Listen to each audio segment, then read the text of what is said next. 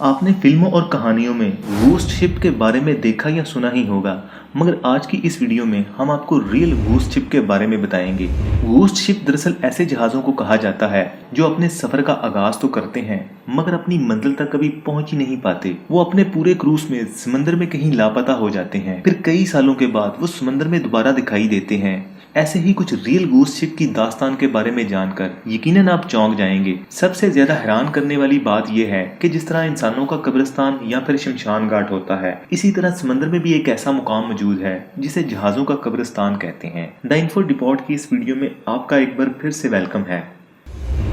SS बेचिमो ये एक ऐसा जहाज है जिसे दुनिया आज एक घोस्ट शिप के तौर पर जानती है। इस जहाज को 1940 में स्वीडन में मौजूद एक जर्मन कंपनी लिंडहोल्मेंस ने डिजाइन किया था। ये जहाज 230 मीटर लंबी और 1322 टन वजनी थी। इसमें स्टीम कार्गो इंजन और स्टील का हल लगाया गया था। तब इस जहाज का नाम एंग्रोमैन 11 रखा गया था। ये जहाज 19 किलोमीटर फी घंटा की रफ्तार से समंदर में चलने की सलाहियत रखती थी और तकरीबन 7 सालों तक ये स्वीडन और हम्बर्ग के समुद्री रूट पर अपनी तजारती खिदमात को सरंजाम देती रही। 1940 से 1920 तक ये जहाज स्वीडन के इस्तेमाल में रहा। फिर फर्स्ट वॉर के बाद जो 1940 से 1918 तक चली थी, 1920 में ब्रिटिश ने इस जंग में होने वाले नुकसान की तलाफी के तौर पर इस जहाज को अपने कब्जे में ले लिया और इस तरह ये जहाज स्वीडन से ब्रिटिश के कब्जे में चला गया। अंग्रेजों ने इस जहाज को कनाडा की एक कंपनी हडसन बे को $18,000 में फरोख्त कर दिया और 1921 में ये जहाज हडसन बे के इस्तेमाल में आ गया। हडसन बे ने इस जहाज का नाम एंग्रोमैन 11 से तब्दील करके एसएस बेचिमो रख दिया। बेचिमो जहाज को मुख्तलिफ बंदरगाहों से जानवरों की खाल ले जाने और लाने के लिए इस्तेमाल किया जाता था। बाज़ औक़ात इस जहाज को मुसाफिरों को ले जाने के लिए भी इस्तेमाल किया जाता रहा है। हडसन बे कंपनी इस जहाज को दुनिया के सबसे खतरनाक पानियों के लिए सबसे ज्यादा भरोसेमंद समझती थी और कंपनी ने इस जहाज की मदद से अपने 9 खतरनाक सफरों को कामयाबी से मुकम्मल किया था। और ये जहाज अक्सर नॉर्थ में स्कॉटलैंड और अपनी आबाई पोर्ट से साइबेरिया, अलास्का, यूकोन और नॉर्थ वेस्ट इलाकों में दुनिया के खतरनाक तरीन समंदरों का कामयाबी से सामना करता रहा है। ये जहाज पनामा कनाल, इवन के स्विस कनाल से भी कई बार गुजरी है। फिर 1 अक्टूबर 1931 में ये शिप अपने 10वें सफर पर थी। जहाज को अलास्का के ब्रावो शहर से वैंकूवर खाल इकट्ठी करने के लिए जाना था। जहाज ब्रावो से वैंकूवर के लिए रवाना होता है और जहाज पर तकरीबन $58,000 की खाल मौजूद थी। कैप्टन स्मिथ जहाज पर तकरीबन 22 क्रू मेंबर मौजूद थे और ये ठंडे पानियों का दुनिया का खतरनाक तरीन समंदर है जिसका जिक्र हम अपनी पहली एक वीडियो में भी कर चुके हैं, जिसका लिंक आपको ऊपर आई बटन में और एंड स्क्रीन में मिल जाएगा। और ये जहाज अपने सफर का आगाज करने के कुछ ही देर बाद बर्फ में फंस गया। अमले की काफी कोशिशों के बावजूद ये जहाज बर्फ से आजाद न हो पाया। कई दिनों के बाद भी वो इस जहाज को छुड़ाने में मुसलसल नाकाम थे और दिन ब दिन सर्दी में भी इजाफा हो रहा था। 8 अक्टूबर 1931 तक जब वो इस जहाज को बर्फ से निकालने में कामयाब न हो पाए तो हडसन बे कंपनी ने इस जहाज को इधर ही छोड़ने का फैसला किया। हडसन बे कंपनी ने 15 क्रू मेंबर को घर भेज दिया और कैप्टन समेत 7 अफराद को जहाज की देखभाल के लिए इधर ही छोड़ने का फैसला किया। कंपनी का ये प्लान था कि जब सर्दी का सीजन गुजर जाएगा और इस इलाके की बर्फ पिघल जाएगी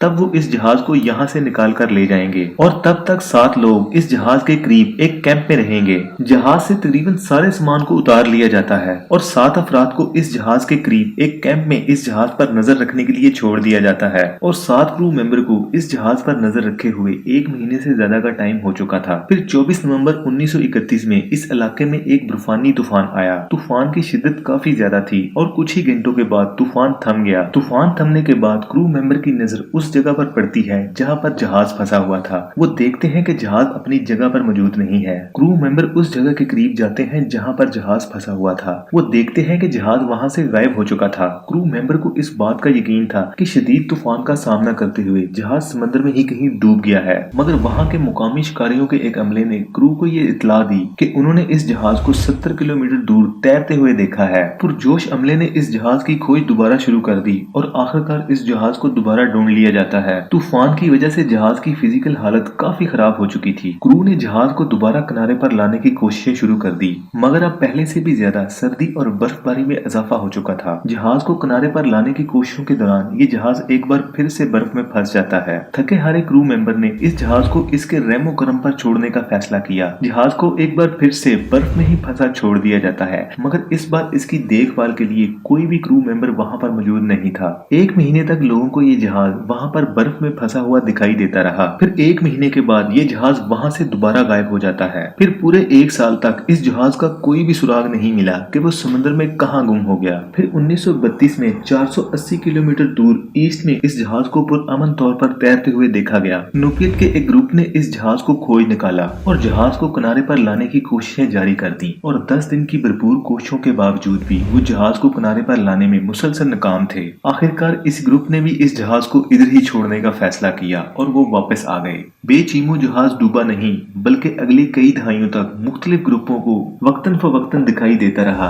इस जहाज के बेशुमार नजारे मुख्तलिफ ग्रुपों को होते रहे हैं, बल्कि ये जहाज अगले 38 सालों तक समंदर में मुख्तलिफ ग्रुपों को दिखाई देता रहा। इनमें से काफी ग्रुपों ने इस जहाज पर सवार होकर इस जहाज को किनारे पर लाने की कोशिशें भी की, मगर हर बार वो इसमें नाकाम रहे। 1969 में इनोवेंट के एक ग्रुप ने इस जहाज को आखिरी दफा देखा था। इसके बाद इस जहाज को कभी किसी ने दोबारा नहीं देखा। 1969 के बाद ये जहाज अब तक लापता है। कुछ लोगों का ये कहना है कि अगर ये जहाज दोबारा मिल भी गया तो कोई भी इसको किनारे पर नहीं ला पाएगा। दी मैरी सेलेस्ट, इस जहाज को भी दुनिया एक गूस शिप के तौर पर जानती है, जिसकी कहानी काफी ज्यादा पुरस्कार है। इस जहाज को 1861 में कनाडा की एक कंपनी ने स्पेंसर आइलैंड नोवा स्कोशिया में बनाया था। तब इस जहाज का नाम अमेज़न रखा गया था। 18 मई 1861 में ये जहाज कनाडा के अंडर लॉन्च कर दिया गया था, जिसके बाद इस जहाज को कई बार हादसात का सामना करना पड़ा। यहाँ तक कि इस जहाज के पहले सफर के दौरान ही इस जहाज के कप्तान को निमोनिया हो गया और कप्तान की जहाज पर ही मौत वाक़या हो गई। इसके बाद भी जहाज को कई बार नुकसानात का सामना करना पड़ा है। खास तौर पर 1867 में ये जहाज काओ बे के कैप ब्रीटा आइलैंड में एक हादसे का शिकार हो गया। इस हादसे ने जहाज को बहुत ही बुरी तरह मुतासर किया था। हादसे के तकरीबन 1 साल के बाद ही इस जहाज को एक American company Richard W hence को फरोख्त कर दिया गया था। रिचर्ड डब्ल्यू हेंस कंपनी ने इस जहाज का नाम अमेज़न से तब्दील करके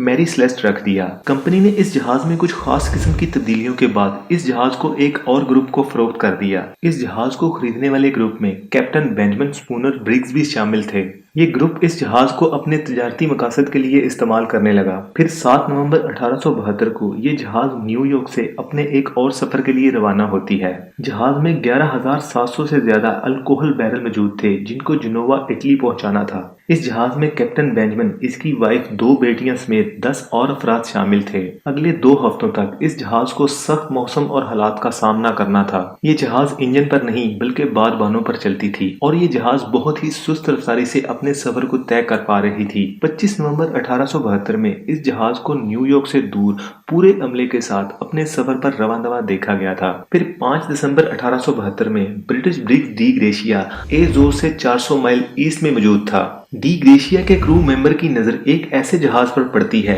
जो समुद्र में बेतरतीब तैर रहा था और बाहर देखने को ऐसा लग रहा था कि जैसे इस जहाज को कमांड देने वाला कोई भी नहीं है। लावारस जहाज को देखने के बाद ब्रिटिश अमले ने इस जहाज के करीब जाने का फैसला किया। वो जहाज के करीब जाकर इस पर सवार होने में कामयाब हो जाते हैं। हैरत अंगेज तौर पर इस जहाज की शिनाख्त मैरी सेलेस्ट के नाम से होती है। ये वही जहाज था जो 7 नवंबर को न्यूयॉर्क से रवाना हुआ था। ब्रिटिश अमला ये देखता है कि जहाज बिल्कुल वीरान था। जहाज पर कैप्टन समेत क्रू का कोई भी मेंबर मौजूद नहीं था, मगर जहाज का पूरा सामान जहाज पर ही मौजूद था। अल्कोहल बैरल भी जहाज पर मौजूद थी और जहाज पर टूट फूट का कोई भी असर नहीं था। इवन के जहाज अपनी परफेक्ट कंडीशन में समंदर में चलने की हालत में था। ब्रिटिश ने इस जहाज का जब अच्छे से जायजा लिया तो जहाज पर क्रू के अलावा सिर्फ 2 ही चीजें गायब थी। एक तो कैप्टन की लॉग बुक और दूसरा लाइफ बोर्ड। इसके अलावा बाकी तमाम की तमाम चीजें जहाज पर ही मौजूद थी। इवन के क्रू का खाना भी जहाज पर बिल्कुल सही हालत में मौजूद था। ब्रिटिश क्रू मेंबर इस बात से परेशान थे कि इस जहाज का अमला इस जहाज को छोड़कर कहां गया। हालांकि मैरी सेलेस्ट के बोल्ड में 3 फुट तक पानी भरा हुआ था, मगर पानी की इस मिकदार से किसी भी किस्म की घबराहट वाली कोई बात नहीं थी। ब्रिटिश अमले ने इस जहाज को अपने कब्जे में लिया और जिब्राल्टर पोर्ट तक इस जहाज को पहुंचाया, जो इस जगह से तकरीबन 1482 किलोमीटर दूर थी। ब्रिटिश हुकाम ने इस जहाज की तहकीकात शुरू कर दी। मैरी सेलेस्ट ब्रिटिश के कब्जे में आ चुका था, मगर क्रू का कोई पता नहीं था कि आखिर वो कहां गया। ब्रिटिश हुकाम की तहकीक से भी अमले का कोई सुराग नहीं मिल पाया। फिर मुख्तलिफ लोगों की क्या सराहियां, ये काम समुद्री डाकुओं का या फिर अमले की बगावत का हो सकता है, मगर सबसे ज्यादा हैरान करने वाली बात यह थी कि जहाज का पूरा सामान अपनी असली हालत में जहाज पर ही मौजूद था। इवन के 3 महीने का खाना भी जहाज पर अपनी ठीक हालत में मौजूद था और जहाज पर एक भी हलाकत का सबूत सामने नहीं आया। लोग कैप्टन बेंजामिन को एक काबिल कैप्टन के तौर पर जानते थे, जिसकी वजह से इस बात के ज्यादा शकूक पैदा होते हैं कि आखिरकार इस जहाज के साथ क्या हुआ होगा। काफी तहकीकात के बाद भी आज तक इस जहाज के क्रू का कोई भी पता नहीं चल पाया कि आखिर वो कहाँ गया, और न ही इस जहाज पर होने वाले वाकयात की हकीकत सामने आ सकी है। दी केरला डेयरिंग, इस जहाज को 1919 में बाथमेन में जीजी डेयरिंग कंपनी ने डिजाइन किया था। कंपनी ने इस जहाज को तजारती इस्तेमाल के लिए बनाया था और इस जहाज को खास तौर पर कोयले को लाने और ले जाने के लिए डिजाइन किया गया था। तब इस जहाज का नाम कंपनी के ओनर के बेटे के नाम पर रख दिया गया था। ये जहाज 255 फीट लंबा, 44 फीट चौड़ा और 1880 टन वजनी था। ये जी डेयरिंग कंपनी के जेर तमीर अब तक का सबसे बड़ा और सबसे आखिरी जहाज था और लकड़ी से बनाए जाने वाले जहाजों में से ये सबसे आखिरी वाला भी था। इस जहाज को पहली बार 4 अप्रैल 1919 में बाथमेन में लॉन्च किया गया था और तकरीबन 2 सालों तक ये अपने सफरों को कामयाबी से मुकम्मल करता रहा। 22 अगस्त 1920 को ये जहाज वर्जीनिया के नॉर्थलेक से ब्राजील के रियो डी जनेरो के लिए रवाना हुआ। जहाज कोयले से पूरी तरह लदा हुआ था। इस जहाज का कप्तान ब्राजील का एक तजर्बेकार कप्तान विलियम एच मेरिट था, जो फर्स्ट वॉर का एक हीरो भी था, जिसने अपने पूरे अमले को जहाज पर लगने वाली आग से बचाया था और इसी वजह से वो एक मशहूर कप्तान था। जहाज पर कैप्टन के बेटे समेत 10 और क्रू मेंबर मौजूद थे। जहाज ने अपने इस सफर को कामयाबी से मुकम्मल किया, मगर इस सफर के दौरान जहाज का कप्तान शदीद बीमार हो गया। बीमारी की वजह से जहाज के कप्तान और उसके बेटे को ये जहाज छोड़ना पड़ा। डेयरिंग कंपनी ने इस जहाज की कप्तानी किसी दूसरे शख्स को दे दी। इस कप्तान का नाम कैप्टन विलिस बी वर्मेल था। वो एक 66 साल तजर्बेकार कैप्टन था। इस जहाज को एक बार फिर से कोयले की खपत के साथ नए कप्तान को भेजा गया। 31 जनवरी 1921 में ब्राजील के रियो डी जनेरो में कामयाबी से अपना सामान उतारने के बाद ये जहाज वापसी के लिए अपने सफर का आगाज करता है। 31 जनवरी को इस जहाज ने अपने सफर का आगाज तो किया, मगर अपनी मंजिल तक आज तक नहीं पहुंच पाया। इस जहाज को वर्जीनिया की नॉर्थलेक पोर्ट पर वापस आना था। कई दिन गुजर जाने के बाद जहाज की गुमशुदगी की बातें सामने आने लगीं। फिर हमेशा की तरह समुद्री डाकुओं और अमले की बगावत की क्यासराइयां सामने आने लगीं, मगर हकीकत में होने वाले वाकयात से सब लोग अनजान थे। फिर कई दिनों के बाद केप हैट्रेस के coast guard station duty officer ने डायमंड शोल्स के बरूनी किनारे पर काफी जहाजों को बहुत बुरी हालत में देखा। कुछ जहाज तो बिल्कुल नकारा हो चुके थे, मगर कुछ हल्की फुल्की टूट फूट का शिकार थे। डायमंड शोल्स के बारे में आपको बताते चले, ये अटलांटिक ओशन में एक खतरनाक और बदनाम जगह है। यहाँ पानी के अंदर सैंड बार का एक बदनाम जमाना हमेशा बदलने वाला जुर्मट है, जो केप हैट्रेस से नॉर्थ कैरोलिना और यूनाइटेड स्टेट से 13 किलोमीटर तक फैला हुआ है। ये जगह बरमूदा ट्रायंगल से तकरीबन 758 माइल्स दूर है। इस जगह पर समंदर की लहरों के नीचे मुख्तलिफ शेप और गहराई दोनों मुसलसल बदलते रहते हैं। केप हैट्रेस इस साहिल के साथ अब तक 600 से ज्यादा जहाजों की तबाही का जिम्मेदार है। इस इलाके को graveyard of the Atlantic भी कहा जाता है। केप हैट्रेस के कोस्ट गार्ड डीरिंग जहाज को इस मुकाम पर लावारस पाते हैं। खराब मौसम की वजह से रेस्क्यू टीमें कई दिनों तक इस जहाज के करीब न जा सकीं। 4 फरवरी तक इस जहाज पर कोई भी रेस्क्यू टीम सवार होने में कामयाब नहीं हुई थी। जहाज का काफी ज्यादा हिस्सा टूट फूट का शिकार था, मगर अभी भी वो समंदर में तैर रहा था। अमेरिकन कोस्ट गार्ड इस जहाज पर कई दिनों के बाद सवार होने में कामयाब हो जाते हैं। वो देखते हैं कि जहाज पर से नेविगेशन टूल, 2 लाइफ बोर्ड और जहाज का पूरा अमला गायब था। जहाज अंदर से भी काफी ज्यादा टूट फूट का शिकार था। रेस्क्यू टीम ने जहाज के अमले को ढूंढने की कोशिशें शुरू कर दी, मगर कई कोशिशों के बावजूद भी वो अमले को ढूंढने में मुसलसल नाकाम थे। जहाज के पूरे अमले का एक भी सुराग नहीं मिला। फिर 11 अप्रैल 1921 क्रिस्टोफर कोलंबस ग्रे नामी एक माहीगीर ये दावा करता है कि इसे नॉर्थ कैरोलिना के साहिल के करीब पानी में तैरती हुई एक बोतल मिली है। इस बोतल में एक कागज मौजूद था जिस पर कुछ मैसेज लिखा हुआ था।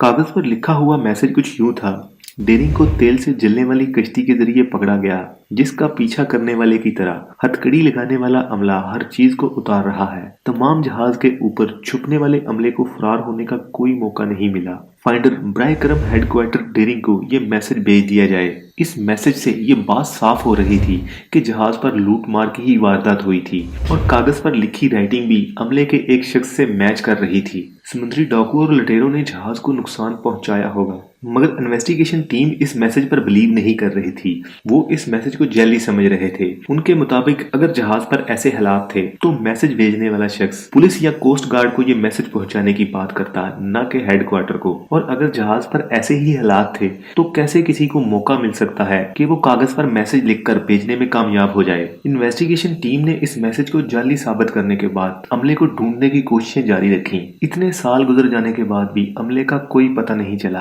और न ही कोई सुराग मिला, और कोई भी शख्स ये नहीं जानता कि हकीकत में इस जहाज के साथ क्या हुआ था। उम्मीद है द इन्फो डिपोट की ये वीडियो भी आपको पसंद आई होगी। Thank you for watching the info depot.